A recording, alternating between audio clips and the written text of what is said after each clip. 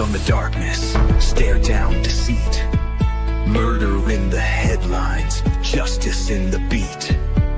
From cold case whispers to killers in disguise, we rip off the mask, expose all the lies.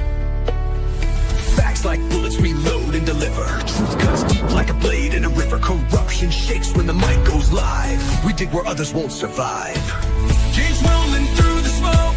Truth hits hard, no time for a joke. Deceit, murder, we name every name. No restraint, no shame, just blame. Locked on the case, we investigate. This is 12 Gauge Investigative. Let's jump in. You'll ever need 12 Gauge Investigate. We make them bleed. No games, no censors, just truth. Justice is loud, and we're the sound. This is 12 Gauge Investigative.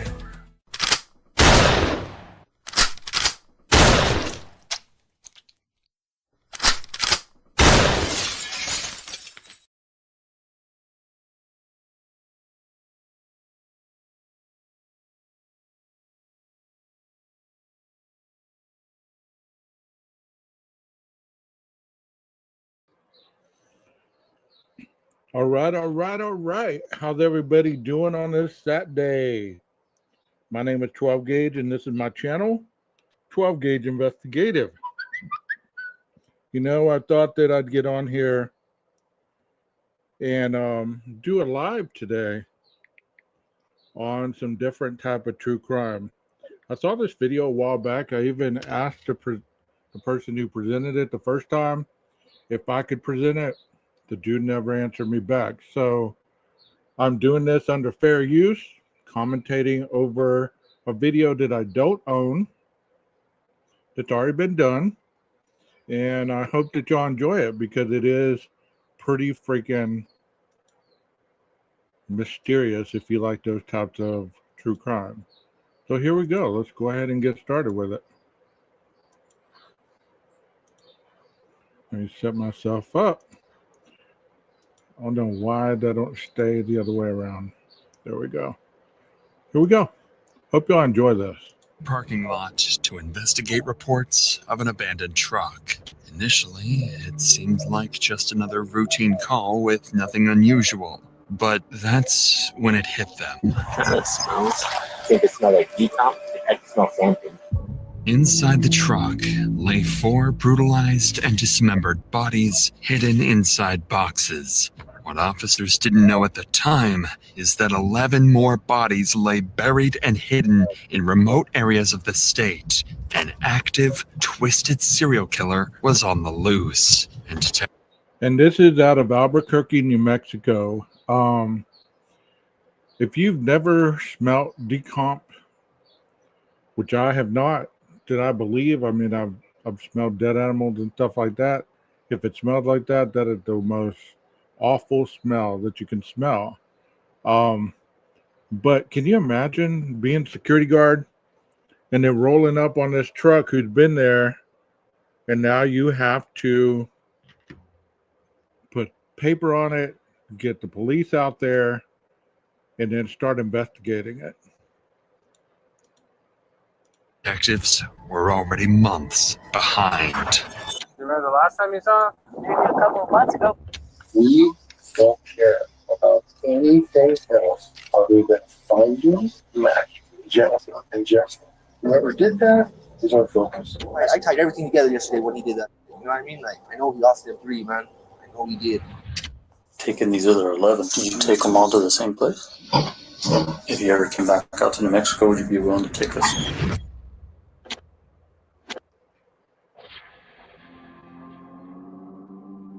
It started on a Sunday afternoon when police in Grants, New Mexico received a mysterious call. A landlord had just discovered something he described as disturbing while cleaning out an evicted tenant's home. Officers immediately headed to the address to investigate.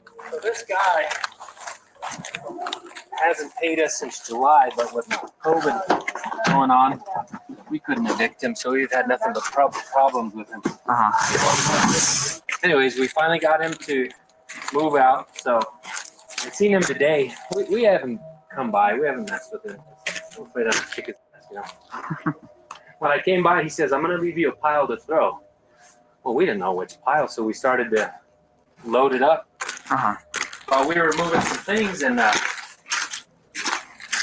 we found this puppy in this box underneath some of the kids' stuff, you know. Okay. So when they go to clean out this residence, they find a dead puppy in a box. What in the world is this dead puppy doing in this box? You know, they go to clean it out. They have no idea. They've had nothing but problems with this guy. And then they roll up to the residence and they find a dead puppy in a box. Hello, you guys. Oh, a little Vicks in the nose. I don't know if that helps or not. Thank you for being here, guys. Hope you enjoy this case. Go to put the puppy in the bag because we were going to bury it. And then we see that they had tied a cord on its neck.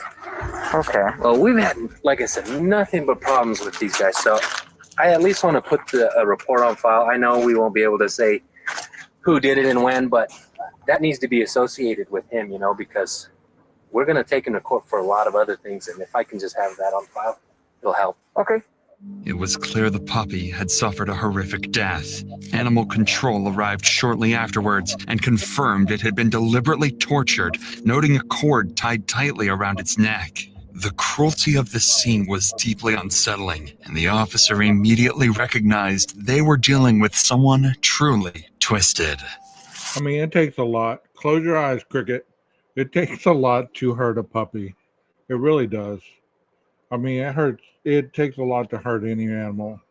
And those people that are capable of doing this, that's one of the reasons why they are categorized as evil, because it's not normal just to be that harmful to a defenseless animal. Yeah, that was just straight up. Absolutely. That's just sad. That right there just really got to me because it's like, that's not cool at all. No. Absolutely. Cruel, awful people. Yeah, we tried to get in, the landlord, the owner, he tries to go into the house. They went in, they painted everything their own colors, and they just ruined everything. Unfortunately for investigators, the puppy was just the first body. And in the coming days, police would uncover more gruesome scenes, strange disappearances, and disturbing evidence pointing to something far more calculated than anyone expected. You know, I've had friends that have rental properties, and they tell me those type of things. They said that whenever you rent a property to somebody, people, for whatever reason, think that they can go in and just change everything. Paint the walls a different color, all kinds of different stuff, you know. And a lot of times they say whenever somebody moves out, they figure they're not going to get their deposit back anyway, so they leave it in the worst shape, you know.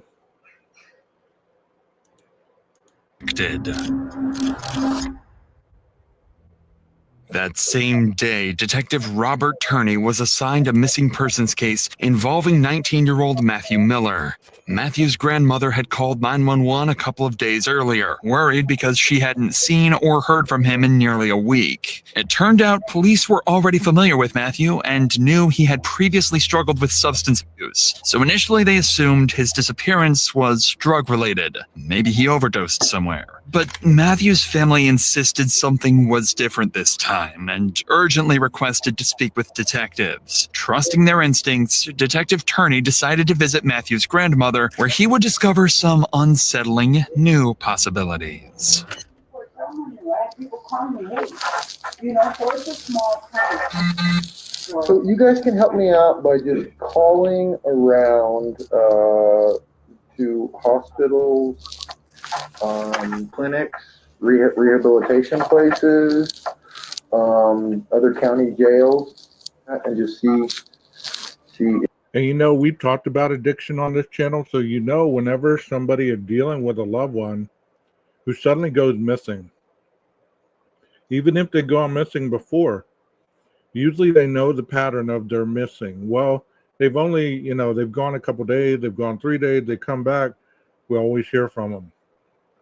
This one is different. And I know you know what I'm talking about. It's like, you know, there's a pattern in which you learn about your loved ones if they've ever been addicted to chemicals. Now, I was putting this cookie up because if you've never had an HEB cookie, you just do not know what you're missing. This is like heaven. And once again, we do things a little different here in Texas. Yes, he's there. So prepare for the worst and hope for the best. Okay, but I will tell you, I had more than enough to arrest Matthew several times, and he's not one of those people that I wanted to arrest. Matthew is not going to pull a gun on anybody, right? To get his drugs. Yeah, no. He's not that kind of person. Yes, Okay. that's my main fear. And he probably has a little bit of a complex because he knows he's that kind of person. And so he's going to be real hesitant to reach out and tell you guys the actual truth about this person took advantage of me. Yeah, no, he wouldn't. I mean, that's the thing. The police know addicts and they know their behavior, so they know, hey, I've given this guy a break before. He's not violent. Then all of a sudden he's missing. Did he OD? Did somebody kidnap him? What happened to him? You get what I'm saying? You know what I'm saying? So just forgive him. All you can do is tell him you love him and you forgive him and go from there. After rehashing some information with Matthew's family, Detective Turney would go on to learn some critical details. Matthew's girlfriend told the family she saw him getting into a vehicle with several other people, including a blonde woman named Jennifer Lannon, someone Matthew had recently been spending time with. He also learned that Matthew often spent time with a close friend named Justin Mata and his girlfriend, Leonie Calzada. All three were known to use drugs together. Acting quickly on these promising new leads, police began searching locations Matthew was known to frequent, and soon enough, they located Matthew's Chevy Colorado truck parked and seemingly abandoned within a few blocks away from Leonie and Justin's residence. The truck was dirty, locked, and appeared to have been parked there for several days. Inside, detectives found clothing and personal belongings, as well as... So tell me, you amateur sleuths in the chat,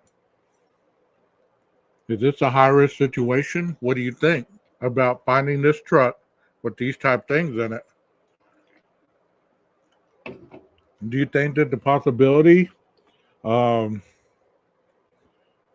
something bad happening to this guy based on finding this stuff in the truck? You got rubber gloves, you got a shovel. Not against the law to have any of those stuff, but this is true crime. This looks like a zip tie or some kind of tie around thing. Several unsettling items, including a pair of rubber gloves and a shovel lying in the truck's bed. They also found multiple cell phones that were damaged in the front and back seats. It seemed clear Matthew hadn't intended to leave the truck there, and detectives sensed something wasn't right. I hate to quit pausing it and asking questions, but you know what? I don't want to get copyrighted. The long live that I did last night, it copyrighted me for something in it where I've used that footage before, didn't copyright me.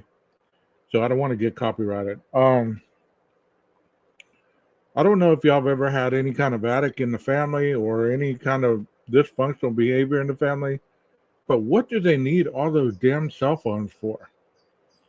Anybody that I've ever been around who has either done drugs, sober off drugs,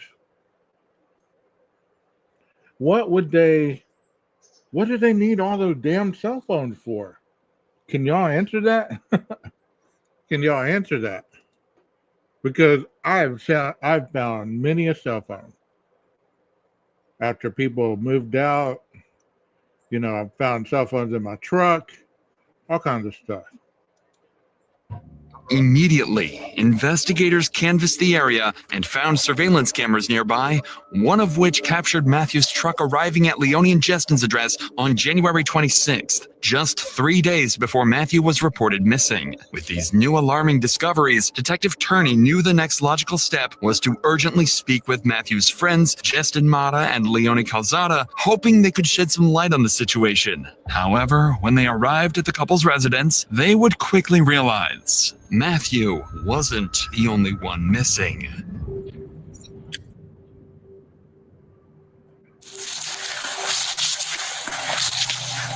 No, just you? You sure? Okay, you okay if I come in? Hey, guy. Hey, My name's Robert. he's gone. You gone? Yeah. Hey, buddy. Okay. This is Leone Calzada, the girlfriend of Matthew's close friend, Justin Mata, and someone detectives suspected might know exactly what happened to Matthew. This is very, very important. We're looking for Matthew Miller. He's been missing for over 2 weeks. When was the last time he was here? Maybe a year ago, maybe? A year ago. When I first got this place, yeah. When I first got it, last January. He hasn't been here since then. Like I know it very well. What if I got video of his vehicle? Maybe Justin had him here, man. When he had him myself. Okay. When was the last time you saw him here? When he was in the place. Once you bring him over, I first got this place. A year ago? Okay, does she sound suspicious? Let me know what you think about what she is saying. Do you feel that she sounds suspicious? Do you feel that she's hiding something? Do you believe that being one of the ex-girlfriends of one of the people that are missing, she should know a lot more, right? Tell me what you think in the chat. You think Justin would have, He would have, yeah, probably. when you weren't here? I wasn't here or intention, yeah. Because they said all that, yeah. But he left on 17th and then came back. And then I went, 17, that's a long time ago. yeah, and then I went to talk to the guy in Kingman. He's like, yeah, they left each other there during the night and they're in Arizona. Do you have any kind of way to contact Justin? You have a phone number? No, he left him, what? He took off. Well, what's his phone number? He don't have it. Email, He took Facebook? He took my phone and my phone. Took my phone, yeah. Took a wife. When's the last time you had any kind of communication? So he took her phone, and she doesn't know where he went. Supposedly he took off. Interesting. That's simply said to my coach. I'm going to coach. What I would like to do, all right, is look around your house for any kind of evidence of Matthew Miller, any kind of foul play. I'm not looking for anything other than that. According to Leone, her boyfriend, Justin, had also mysteriously vanished, and she hadn't seen him since January 17th, nearly 2 weeks before Matthew was even reported missing. But Let me ask you guys a question in chat, and those of you that will watch this on future replay. How long would you consider one of the people they're closest with? How long would it take you before you reported them missing? You're close to these people, but it's going to take you a while to report them missing. I don't know, man. I go a couple of days without talking to somebody. I'm already thinking, okay, I got to report. I got to report this. Where are they? They might be, doing whatever, but most of the people I know, they pretty much keep us up to date with where they're at or where they're going to be doing, stuff like that. Generally, any break in a routine throws up red flags. investigators knew something wasn't adding up when Leone insisted she hadn't seen Matthew in nearly a year. Surveillance footage clearly showed Matthew's truck outside her residence just days before he disappeared. With their suspicion mounting, detectives decided to search Leone's home, hoping to uncover whether she might be hiding something. Or someone.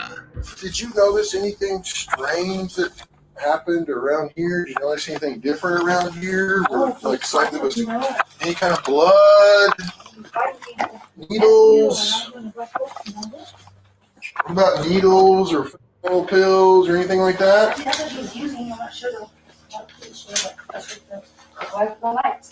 Yeah. Yeah. It was already. Okay, I can only find one person dead in a trunk per year. That's my max. Despite their best efforts, investigators found no signs of foul play or violence. Still, Detective Turney couldn't shake. But you have to look at this situation and think to yourself, well, these people were just living a lifestyle where it was very prevalent to go without checking in for a long time. For a long time.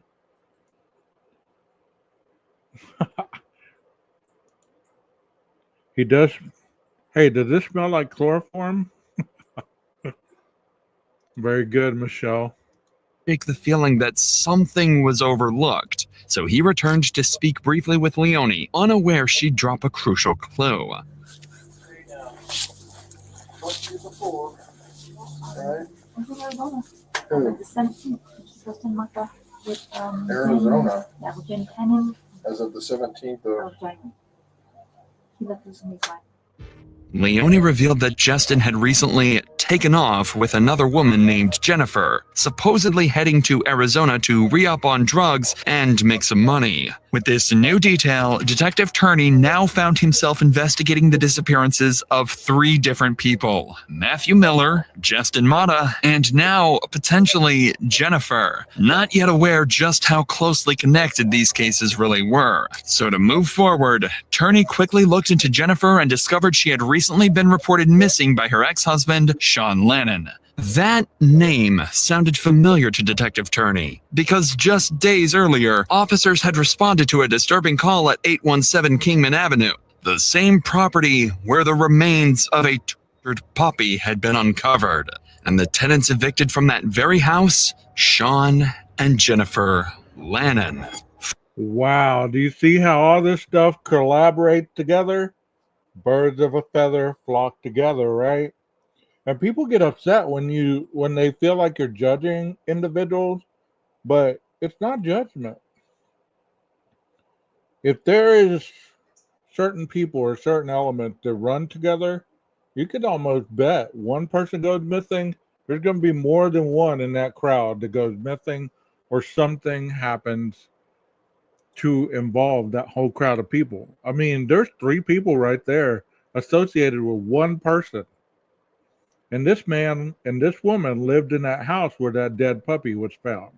Finally, investigators were starting to connect the dots. 3 people, all closely linked through drugs and personal relationships, had vanished within days of each other. Detective Turney realized it was time to canvass the neighborhood surrounding Sean and Jennifer's former home, hoping a neighbor might have seen something suspicious or could offer the lead they desperately needed. That's when they found a neighbor whose security camera was pointed directly at Sean and Jennifer's old residence. And what the investigators saw on the footage would finally bring some much-needed clarity to their case. Without this neighbor's camera, detectives might have hit another frustrating dead end. And it shows just how important reliable security can be, because when something happens, every second matters. That's why I partnered with Simply Safe Home Security to provide you with a trusted way to secure your own home. After I installed Simply Safe, I felt much safer at home knowing that if anything moves, first month free. Visit simplysafe.com/insanity to customize yours. There's no safe like Simply Safe. Y'all make sure to go get you some. On January 26th, Matthew is seen entering Sean's home, but investigators never see him leave. Hours later, Sean is spotted on camera driving away in Matthew's truck, and when he returns, he's alone, on foot, and Matthew is nowhere to be seen. 2 days later, on January 28th, the same camera recorded someone loading household items into a red Dodge Dakota parked outside the residence. So my question is this person who has this security camera must know that this house has some suspicious ass stuff going on, because if this is his front yard, I mean, he's not even pointing it at his driveway, nothing. He's directly pointing it at this house. So that makes me wonder if this person who had this CCTV footage did this intentionally to make sure that he would capture any kind of illegal activity going from that house, which was smart. And driving away. This CCTV footage marked a critical turning point for investigators. For the first time, detectives had visual proof of Matthew at Jennifer and Sean's residence. With this significant new lead, the next step was clear. Detective Turney needed to speak directly to Sean. Only his account could clarify what happened that day and potentially reveal crucial details about the missing trio. The next morning, Detective Turney reached out to Sean and agreed to sit down for a formal interview. Whatever Sean said next had the potential to shift the direction of this case completely. So, first things first, let's get her into this missing. Okay? Have you ever seen Matthew Miller? You know who I'm talking about? Was he over at your house? It's been weeks, and I'm in a case that's definitely not weeks. A fourth and third. Was his truck ever parked at your house for more than like a day, overnight? I'm not sure. Have you ever driven his truck? You've driven his truck. When was the last time you drove his truck? A couple weeks ago. A couple of weeks ago? So, again, when did you find out that they split? They took off to Arizona, ran away together, whatever. It was 7 weeks ago. Came back and we come back. Did you have anything to do with Jennifer's disappearance, Matthew's disappearance? So this was his ex-wife. Any of you in the chat who are married, dating, any of this stuff, if your significant other had been missing for a couple weeks, didn't show up, any of that stuff, would you find that strange? Would you find that something that needs to be looked at? Or would you just be like, the way as calm as he's being, that's what I'm saying. It's like, would you be more emotional not knowing what happened, and then all of a sudden they're asking you about a missing guy? I mean, all of a sudden your mind has to be wondering, hey, what is all this? Not if it was my ex. What does all this have to do with me, right? What does all this have to do with me? Do you think something bad happened to Matthew and Jennifer? I know Jennifer drug and choice used to be when she came back with more bills, and I couldn't imagine anybody with her. She let those. Man, I just get a really, really bad feeling about all this. You're probably right. I do. You don't seem. I've been living in this circle for a minute. Has she ever done this before? Yeah. During the interview, Detective Turney notices something strange. Sean remains unnervingly calm, especially considering his ex-wife and the mother of his 3 young children has just vanished. Turney begins to question whether Sean is simply a bystander caught up in a tragic situation, or if he knows more than he's letting on.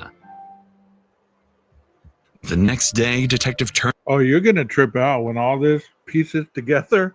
You're going to be like, what the F?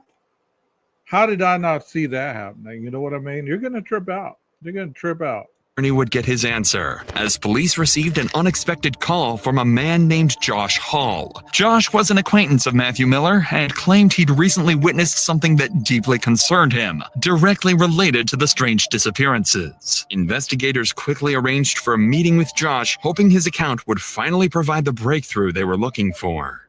Hey, man, what's going on with Matthew, man? That's my chick's cousin. Check this out, man. Check this out. Follow me. Check this out, man. Yesterday, all right, was at Kelly's. Right, Sean told me to go talk to you. And I guess he had to go talk to you or something. Talk to cops. He goes in Kelly's in the garage, smashes the bag in the ceiling. Gun, Jack, his wife's IDs, some clothes, some other everything. Just stashes it there since he had to go talk to the cops. I was there. I was there. Sean killed all 3 of them, man. I'm telling you, he murked all 3 of them people, man. He's putting it off on Martha that he ran off and everything. Why in the yes? I don't know. Oh, it's worse than that, Cuff You. It really is worse than that. Oh, man. Kelly's like my sister. I know all it, you know. Killed all 3. I know he did, man. I know he did. He did, man. I'm telling you. Come on, they find the truck right by his house. You know what I'm saying? And he was throwing a trip or you know what I mean? Like, Martha was his chick. Martha was there. How does he by himself get rid of the bodies? He's a smart man. His kid. Look how long they've been missing for. He just barely reported his wife missing. His wife's been missing since like the 23rd. Since last month, you know what I mean? She's been missing the same time Matt's been missing. You got to watch out who you think are your friends because they're going to be singing just like this guy. And after he left and everything, to go talk to, Kelly went in there and opened that and everything. Some strap, her IDs, some other personal stuff for her, some clothes, and What did she do with it? she wigged out. I had her with me the whole time. She was stripping her. Oh. And then She Danny left her Limos took off with it. He was there too when it Danny happened? Limos took the gun. Took the strap. What vehicle was Danny walking. walking? That he was walking. I'm telling you, man, like he stripped me out yesterday. That's how I tied everything together yesterday when he did that. You know what I mean? Like I know he lost them 3, man. I know he did. Josh claims that Sean arrived at the residence of a woman named Kelly DeSoto, carrying a bag he carefully hid in the ceiling of her home before leaving to speak with detectives at the police station. After Sean left, Kelly discovered the hidden bag, removed a gun from inside, and handed it off to a man named Danny Lemos, locally known as Dog, who quickly took the weapon and left on foot. When Sean returned and realized the bag was missing, he became visibly agitated, smashing his phone on the ground before storming out. These troubling claims raised immediate suspicion around everyone involved, including 2 new persons of interest, Kelly DeSoto and Daniel Lemos, both closely associated with Sean and Jennifer based on Josh's statement. The plot thickens, everybody. The plot thickens. Anybody have a reason why this one individual, this one right here, would be implicated in everybody else's life? Use your thinking caps. Danny Lemos was nowhere to be found at the time, so Detective Turney knew he urgently needed to verify Josh's account by speaking directly with Kelly, and more importantly, find out if she was hiding anything that could help connect the dots in this increasingly tangled case.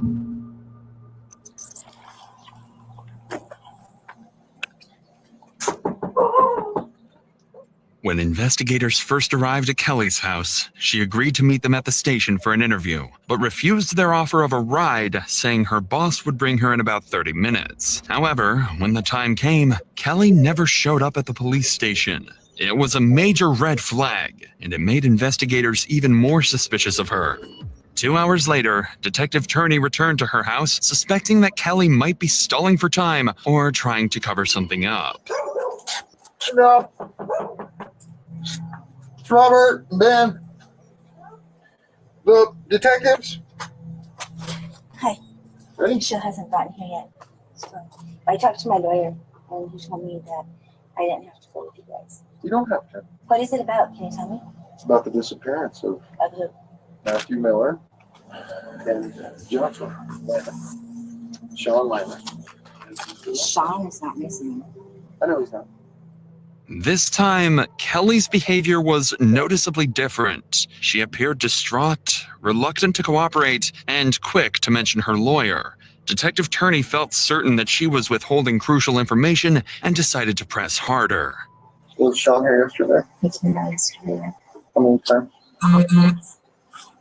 Well, we just So Sean came by 5 times. He had a meeting with the police and made time to come by her house 5 times. What was Sean doing? Came inside. He told me that he had to go down and report Jennifer missing. did Sean hide anything in the house that was later taken? No. Did he destroy his phone? Yeah, right here, like that. He destroyed his phone.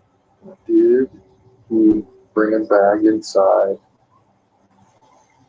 that had a gun No. or any of Jennifer's identification cards and hide them? Or did he look in it? No. Did Danny Lemos take the gun later? No. Do you think he did something to Jennifer and Matthew? I honestly don't. He doesn't seem like that type of person. I think you're lying to me about the bag and the gun and Jennifer's ID. Oh no, I don't know anything about. Like he asked me, he said, "Where's You Where's didn't my? bring anything in. Yeah, no, I didn't see him bring anything in. Oh, you're forgetting what I already told you. I know. Sean has some stuff in your shed. Yeah, did you, when he was moving? I don't know. I didn't question. Happened yesterday? I don't think so. Have you went through it?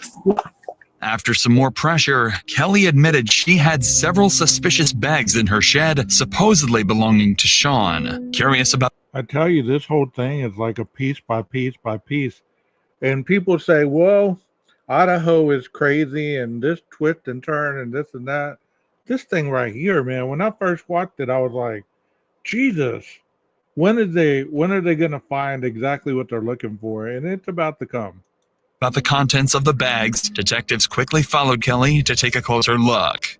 I'm pretty sure hot chickens. Yeah. I clean that box there is not his.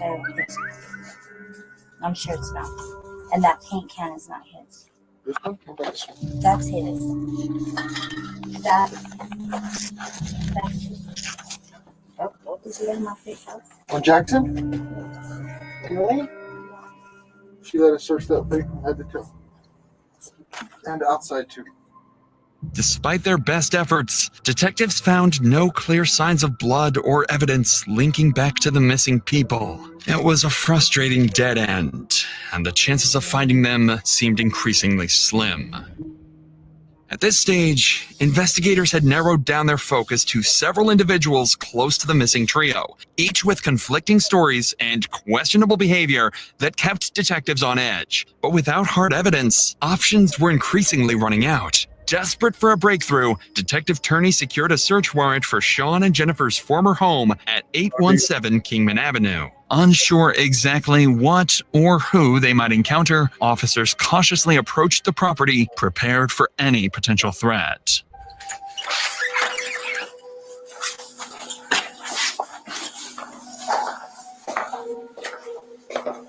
Hey, Rondi, thank you for being here. You know, they secured the search warrant. So once again, you understand the search warrant has some specific things that they're looking for, right? So going into this home, they're already knowing what they're trying to find. So let's see if they find it.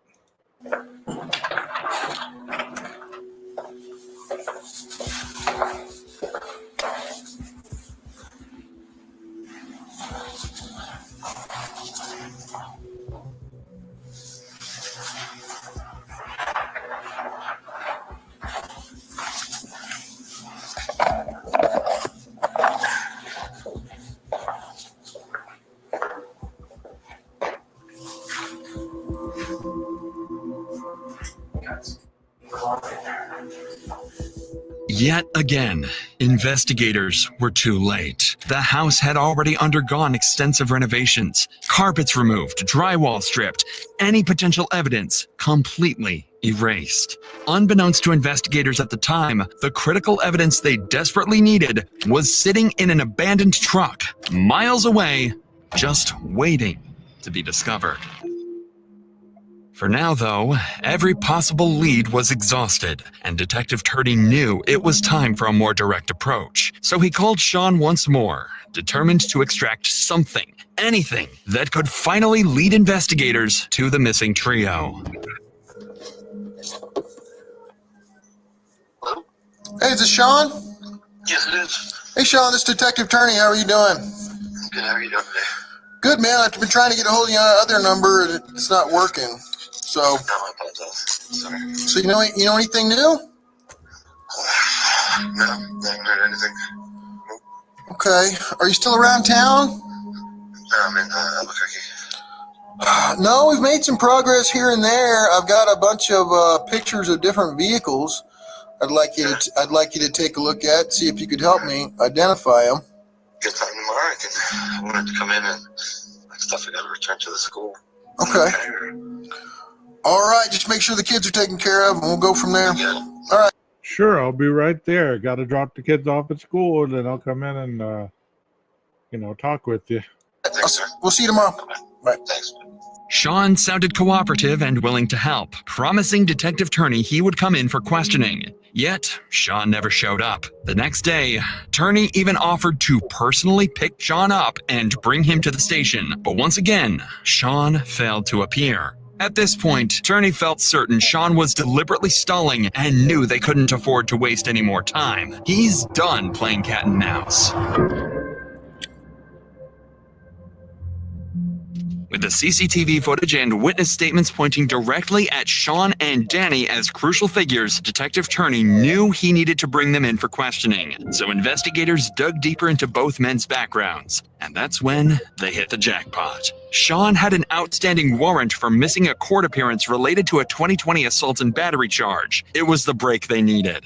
On February 25th, officers located Sean in Albuquerque and arrested him without incident, transporting him directly to the Grants Police Department for questioning.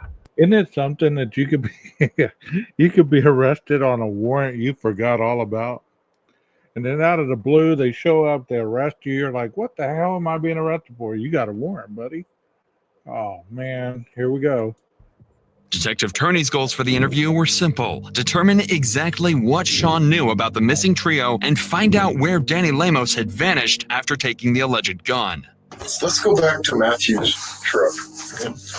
Okay, so it starts to back in there, and you're the last one who drove it, right? So let's go backward from when you parked it. Where did you go with it that day? Do you remember specifically? The only places I ever traveled was one time to McDonald's. I thought that was the last day where you ever used it. And I got Smith's, we got water, food, Walmart, that's it. Is there a tracker on the truck? My phone was always. They always go to McDonald's. Why is that? There's a lot of killers apprehended in McDonald's. Like, pull the line. I'm not going in the mountains. I have children. I don't have any bodies. Like, I was a medic in the Army. Like, I have 3 kids. I don't think you're capable of doing something like this. I think you're very capable of defending yourself, though. An accident happens. If it was an accident, I would be like, that's self-defense. Because self-defense is peaceful. But literally, no. The biggest fear in my house, why the pistol stayed in the house, was had a dog. Like, that guy scares. I'm not gonna lie about it. Yeah. So, who told you to park it there? Justin? Justin was there at the house, talking with, like, they're all chewing on the soup. Who's all there? Jennifer, Justin, and Matthew. And he gets a boatload of pills from him. And they're like, we're gonna go score. I mean, they didn't know money, nothing. So you take the truck and the kids. No, they. So they're going to go score with no money, nothing. Does that really make sense to you? They're going to drive all the way down there to score with no money. Leave the truck, and literally, I'm like, well, I need to go. Like, can I get some fucking groceries or some shit? Okay. And literally, I'm like, what do we do with the truck? He's like, leave it. I'm like, yeah, leave the shit here. Like, no. I was like, you're not gonna park in front. No, I need to go to the dumpsters. I need to go to McDonald's, water, and, So they told you in the house, when you're done with it, to park it at the Lubbock Apartments. Matthew wanted to park it down the street. He says, no, my buddy's over there near the apartments. Just leave it there. As the interview continued, Sean seemed to have an answer for everything, including the CCTV footage, claiming he only moved the truck at Matthew and Justin's request. He also appeared to casually So this is the second time he's interviewed, okay, guys? The first time they interviewed him because he was, seen in that truck, in Matthew's truck. Now they got him for the warrant. Now he's talking all this stuff, they're still trying to interrogate him, still probing, but he's not bending. So is he the killer, or is one of those other people that we've seen the killer? Play the entire incident, insisting the trio's disappearances were simply part of a drug-related business venture, nothing criminal. But Detective Turney wasn't buying it. He knew Sean's explanation didn't match witness statements, and his earlier actions were too suspicious to ignore. But without solid proof, Turney couldn't directly refute Sean's story. So, to move forward, Detective Turney changed tactics. He decided to deliberately introduce Danny Lemos into the conversation, offering Sean an easy scapegoat. If Sean took the bait, Turney might finally uncover what Sean was hiding, or at least gain insight into what really happened to the missing trio. Did Danny kill him? I have no idea. I literally spent most of my time with the kids. If I had to guess who would kill him, it would be the guy saying, if I gotta dispose of bodies, I'm gonna put him in my pig. And he showed me the pig one day because I was helping him at his house. This is See, Danny Ramos was telling people, if I ever kill anybody, I'm going to feed them to my pigs. That is, wow. I've only heard of one other case where they actually killed people and fed them to the pigs. I would have never thought that would have been a way to dispose of a body. sure. I don't have any answers for Matthew.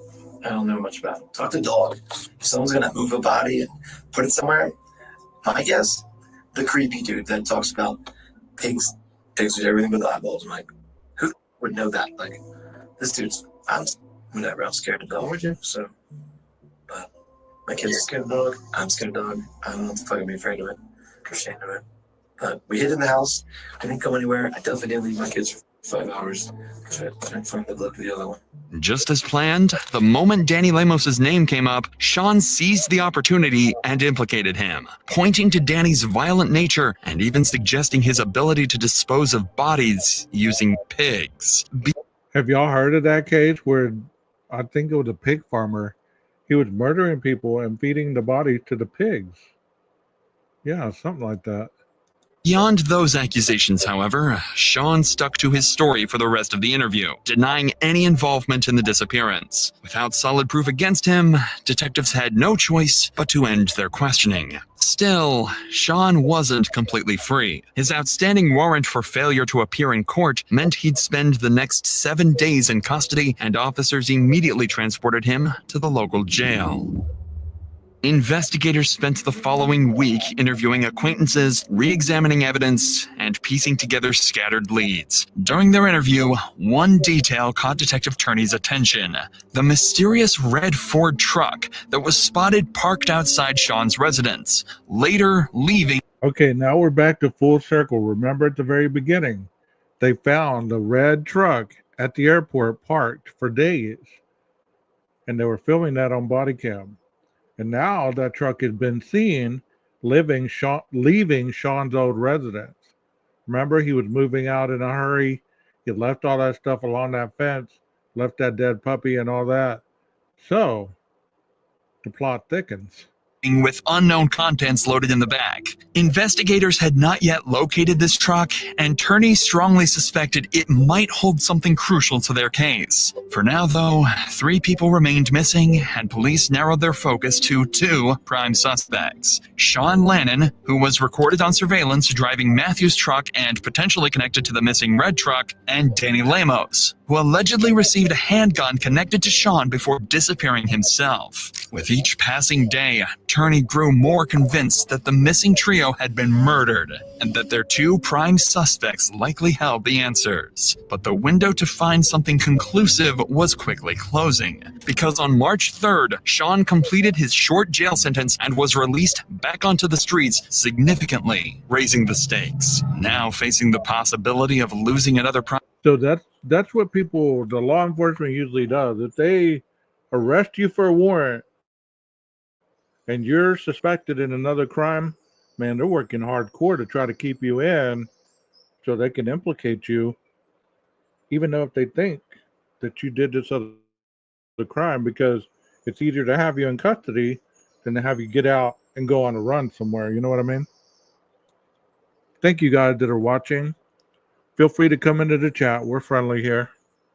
Prime suspect, Detective Turney knew he had to act fast. All he needed was just one single lead, some hint of where the bodies might be hidden.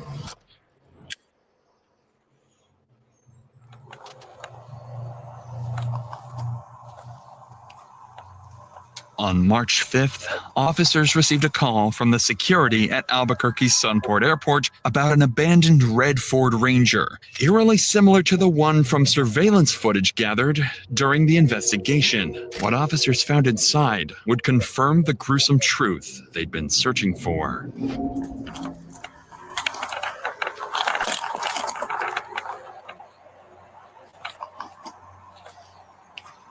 Kind of smells. Kind of smells, but I mean, not to like decomposing or anything. You know what I mean?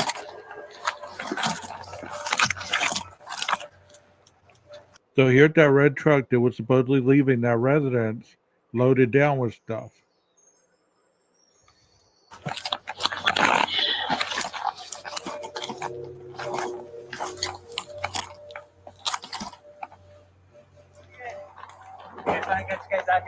Yeah. We called it in 1:30, but they said they didn't want to send anybody out here.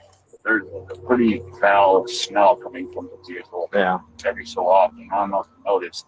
Yeah, I can't really tell what it was. It didn't really sound like, I can't really think it smelled like decomp body or something like that, but I don't know. But yeah, I can smell something, but I can't tell what it was. It also smelled like dirty, big deal almost, but yeah, I don't know. But we'll Man, that is some heavy ass stench right there. If you can smell BO, boy, that truck must be funky for reals. check them in and all that good stuff, so. In the back of the truck were several sealed storage bins, emitting an unmistakable smell of decay. And inside were the dismembered bodies of Jennifer Lannon, Matthew Miller, and Justin Mata. Jennifer had been shot at close range in the head. Justin had also suffered a gunshot wound to the head, along with severe blunt force injuries. And Matthew's body showed clear signs of massive head trauma, evidence he'd also been beaten to death. But the horrors didn't end there. Hidden beneath a tarp in the passenger seat was yet another body. Randall Apostolon, the truck's owner. His body showed signs of severe blunt force trauma, and a bloody hammer found nearby was clearly the weapon used to kill him. Investigators found more disturbing evidence inside the truck. Multiple serrated knives stained with dried blood, a handsaw, and several pairs of industrial gloves, all clearly pointing to a calculated, cold-blooded murder. It was still unclear to investigators why Randall had been murdered or how his death was connected to the other three, but they were. So I'm going to ask you guys in the chat again, play detective for me a little bit. Who do you believe did this crime and what was the reasoning for it? Because I don't think any of you are going to get it. Because unless you've really been paying attention, I don't believe you're going to get it. I didn't get it when I watched it the first time. So there you have it. There's 4 bodies right here, okay? And they said at the very beginning there's 11. So think about this a little bit. Here we go. Wouldn't have to wait long to find out. Detectives urgently turned to the Albuquerque airport's surveillance cameras, knowing the truck hadn't driven itself there. And it didn't take long before they spotted exactly who they were looking for. On March 3rd, 2021, just 2 days before the gruesome discovery, the airport's cameras captured Sean Lannon driving the truck into the airport parking lot, exiting the vehicle, and leaving behind the bodies of his 4 victims. Finally, detectives found their killer. It was time to track Sean down and bring him in. On the same day the bodies were discovered, police urgently scrambled to track down Sean Lannon, but it was already too late. Sean had slipped out of Albuquerque and vanished. Immediately, the U.S. Marshals issued a nationwide alert believing Sean posed an active threat and was possibly on a violent crime spree. Authorities across multiple states joined the manhunt to track him down before anyone else was harmed. Then, on March 9th, Detective Turney received a disturbing call. U.S. Marshals informed him that Sean Lannon was now wanted in connection to another murder, this one committed just a day earlier in New Jersey. Authorities had linked Sean to the murder of Michael Debkowski through witness statements and surveillance footage that placed him directly at the scene. A quick background check also revealed the victim wasn't a random target. Debkowski was someone Sean had personally known for many years. It was an alarming detail that made it clear Sean's violent spree was far from over. Now, with 5 bodies discovered and a serial killer on the loose, police knew anyone in Sean Lannon's circle could be next, and they had to act fast. Federal authorities urgently tracked Sean's movements, closely monitoring surveillance footage and cell phone data. And finally, on the morning of March 10th, U.S. Marshals pinpointed Sean's location in St. Louis, Missouri, and they quickly moved in and captured him without incident. Sean Lannon was immediately extradited back to New Jersey, finally putting an end to his killing spree. You're going to trip out when you hear him discuss the reasoning behind all this. One more time before we get into that. Anybody want to take a guess at the reason why? Because people say all the time, it's not like people just get out of bed and go commit crimes. Well, Sean has been implicated for these murders. There's a reason for it, but there's a reason, and I want you to listen.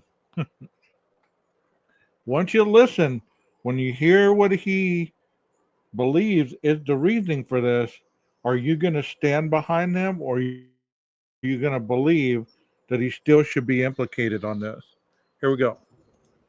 By now, the evidence against Sean Lannon was overwhelming. Investigators had more than enough to charge him, but there were still critical questions that only Sean could answer. They still needed to understand exactly why he committed these horrific murders and determine whether he acted alone or if others helped him carry out and conceal evidence. When Detective Turney sat down face to face with Sean, he expected more lies and deception, but surprisingly, Sean didn't resist or deny anything. Instead, he resigned to his fate, openly admitting he was tired of running and knew his capture was inevitable. In his own words, he simply wanted it to be over. So, with nothing left to hide, Sean would give detectives exactly what they hoped for: a chilling, detailed account of the murders and the twisted reasons behind each one. I ask you again, are y'all ready to hear this? Drum roll. You're never going to believe this. Jen was already out with wasn't enough to take her life. So she wanted to make sure she wanted to, for sure. Because I realized she was breathing. She wasn't going to OD. I went in the other room, psyched myself out, repeating that. An emotionally charged statement of, you killed the Garrison baby. So I had whatever to do it. I put that pistol on her head and I pulled the trigger. So it all. A couple seconds later, I was positioned on the bed too. I put that pistol in my mouth. Put the handle up. Just slipped past with teeth. My son cried out. I was like, what do I do now? Full of sugar, kid's gonna see both of our hands went off. And we'll load so the rounds out of the gun, put it in the dresser. Close the bedroom door, got the kids normal. Set them up to be in the other room. We have a vehicle. And John's boyfriend Troy in the truck on the car ride. So I pretty much lives here and so he'll be out. To a storage bed, a long one. So Jen must have been a small woman also. God. So one person down. Here we go. The sheets that were around here, the bedding was in the bag, in the box. A day later, I tried to dismember her to put her in containers at work. It was awful and traumatic. I was thinking about it. It still haunts me. I knew I was living on borrowed time at that point, so I needed to get my kids somewhere safe to cope. So I continued with packing everything up, all the while still mating just enough that he's responsible for drugging and doing that to my kids. It took like a week. I came to the house. So I in the laundry room, connected to the garage. That's where I killed him. Just before I killed him, he offered up a trade. His phone had pictures of Shawn Michael standing there naked in my living room. I don't know what his name, the William or Matthew Miller, whatever that his name is, with his on my son's shoulders. I was like, "Who sent you this picture?" He's like, it's real. He's like, "I took the picture." I was like, "Well, he took that picture." He just admits the guy in the picture. So I said, "There he is." He was right over the van where Jim was hiding. He wanted to know if he could do a shot for it to his life. So I said, "Well, if you find any in the vent," so he was looking down the vent. You can see it coming. So I shot him in the back of the head. Something I was proud of.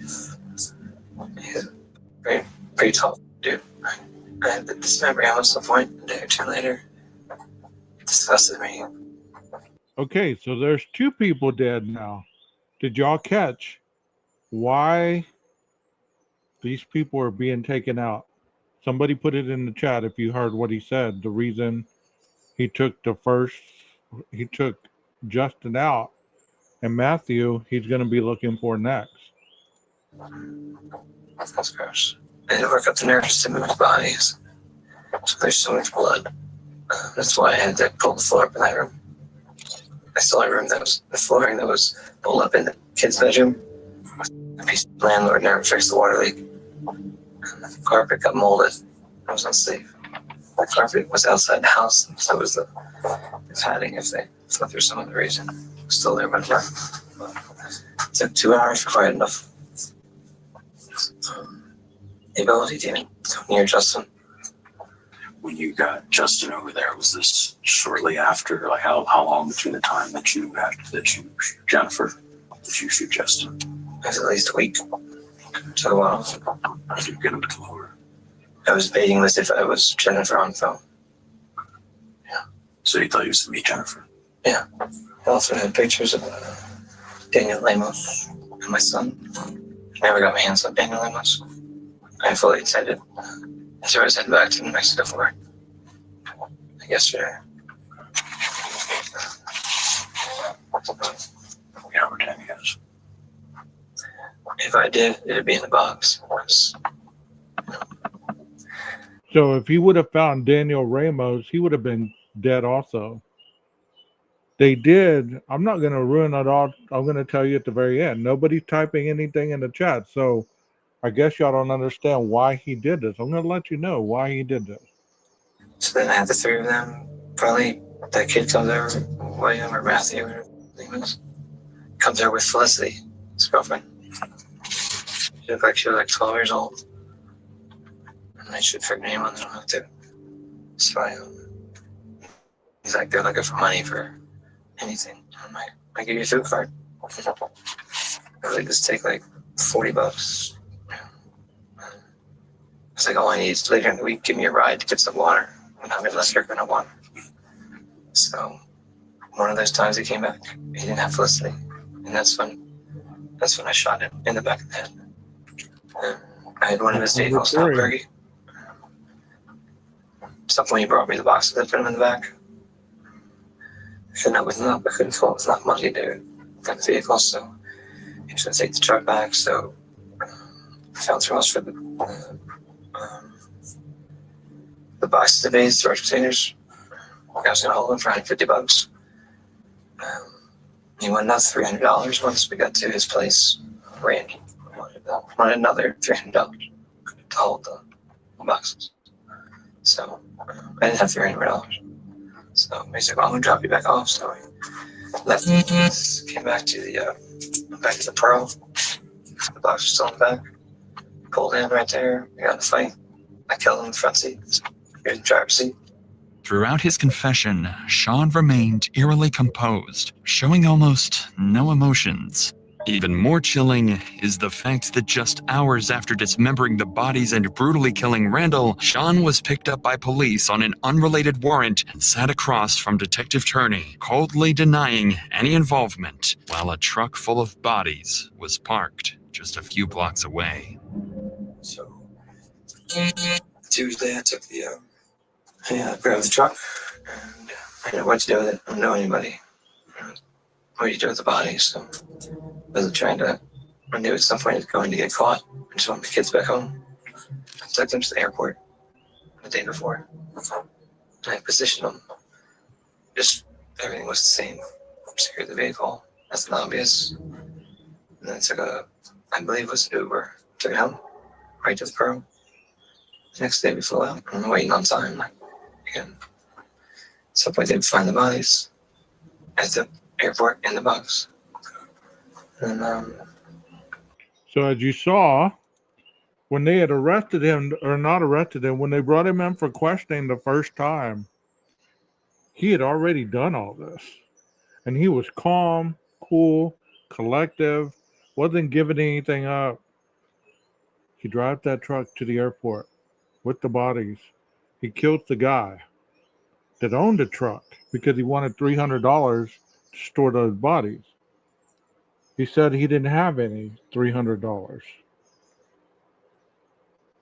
So last thing on my list was the man that is me as a child, my big brother. Big brother's big sisters or whatever. Yep, two. Wanted the pictures back. He didn't want to give me the pictures, so I started beating him. He didn't give me the pictures. It took his life. So I'm proud of that. So that's number 5. I did fly in town. I'll make it back to finish Daniel Lemos. The last victim in Sean's killing spree was his former mentor, Michael Debkowski, a man Sean accused of abusing him during childhood and believed still had photographs of that abuse. When Debkowski refused to hand over those photographs, Sean killed him without hesitation. But just as detectives thought they heard everything from Sean, he would make one final shocking statement. There were even more bodies waiting to be found. And so the other 11, you said started about 2.5 years ago, 3 years ago? And you disarmed them from guns, and you said knives? Knives, whatever. At some point, I had like almost like a pickaxe, but it was more of a pick. It swung like a pickaxe. But It's like if you had to think back, like how many out of the 11 were shot and how many were stabbed? Like if you can elaborate on any of that. 2 were shot. 2. And then how many were stabbed? Pretty much the rest of them went down. The rest of them. So 9. According to Sean, he'd killed at least 11 additional people, mostly drug dealers tied to Jennifer, and hidden their bodies in remote areas of Malpais National Park. Detectives approached these claims cautiously, knowing Sean was a skilled manipulator who mixed truths with calculated lies. Perhaps this was his last attempt to influence the outcome of his trial later on. But despite extensive searches, no additional bodies were ever discovered, and Sean's claims remained unverified. Detectives also investigated one of the key persons of interest directly implicated by Sean himself, Danny Lemos. He was located in Albuquerque and arrested by U.S. Marshals on March 25, 2021. Danny agreed to speak with Detective Turney, firmly denying any involvement and expressing shock that Sean was even capable of these horrific crimes. He admitted taking the handgun Sean had hidden at Kelly's house, but claimed he had no idea it was tied to a murder and had quickly sold it afterwards. After exhaustive interviews and reviewing all available evidence, detectives eventually cleared Danny, along with all other potential suspects, ultimately concluding Sean acted entirely alone.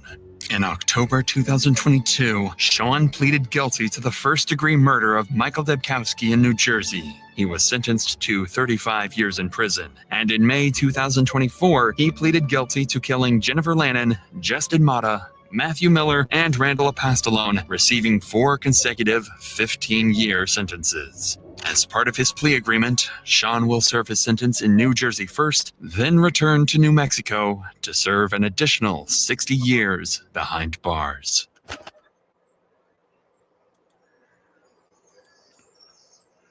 all right, there you have it. So do you feel him being justified for killing those 4 people?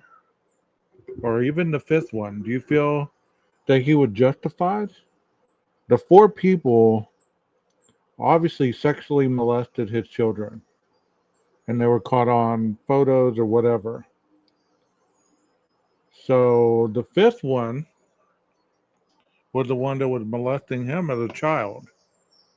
And he flew up there and killed him because he wanted the pictures that individual supposedly had of that event happening. The guy didn't want to give it up, so he killed him. Do you feel he was justified?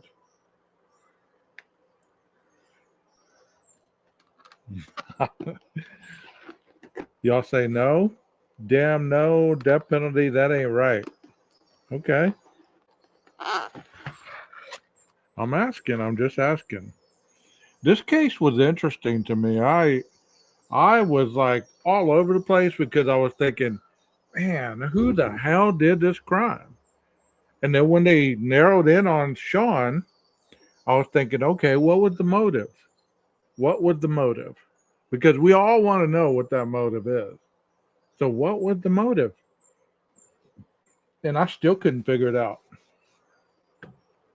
Because apparently Sean didn't do drugs. So him killing those other people for drugs and his ex-wife didn't really make sense to me. But then when they tied everything together, I was like, oh, damn. Now it makes sense. Now it totally makes all the sense. So I thought I'd share that with you guys and give you a break from the Idaho 4 because, yeah, you're right, David. He was. Yeah, his kid was molested, as far as I know. Yeah, he had a cooling off period. So, he continued killing. Yeah. Retribution. Whether it's right, whether it's wrong in your eyes, I don't know. I thought it was an interesting case. In his eyes, he thought he was justified. He confessed of all of them. So, he wasn't shy about it. Wasn't shy about it at all. But his kid was assaulted. You're right, David. And he was assaulted as a kid. So, it just makes you wonder. That's why I asked you guys the question if you had any kind of sympathy for him doing this type of crime. And if you did, what would your reasoning be behind that? You know what I mean? Because I don't know, man. Half of me wants to say yes, he was justified. Half of me says no. And if he killed those 11 people for giving drugs to his wife, I've heard of those type of cases too.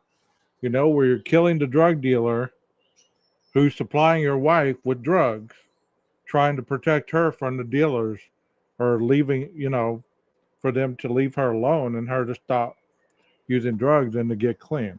So I don't know, man. I just don't know.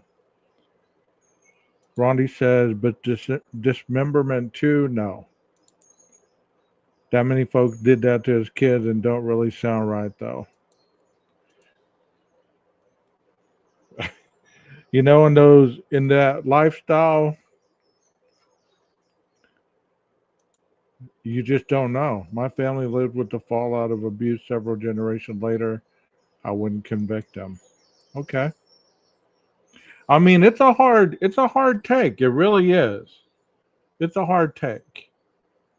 I put the link in here if you want to rewatch it, you want to go back and investigate some more on your own time and give me updated things that I didn't investigate. That's fine. We can even dive back into this case because he was convicted in 2022. So he had to do some time in New Jersey, and then he was to do 4 consecutive 15-year sentences, which added up to 60 years, so. Well, I don't know. Maybe he had enough. Maybe that younger guy, his wife running off with that younger guy was the implosion? I don't know. I don't know. A lot of questions for sure. You're right. But, you know, they were able to find him. They were able to find him. There was a lot of people that were denying, deflecting, all kinds of stuff, but the police still did their diligence and brought him to justice. Yeah, we might need to. We might need to. I thought it was an interesting case, and for the individual that did the original video, thank you so much for allowing us to comment and use your video. Everything was done in fair use for educational purposes only, nothing more, nothing less. Well, I hope y'all enjoyed that. I'm out of here. Maestro, cue that music.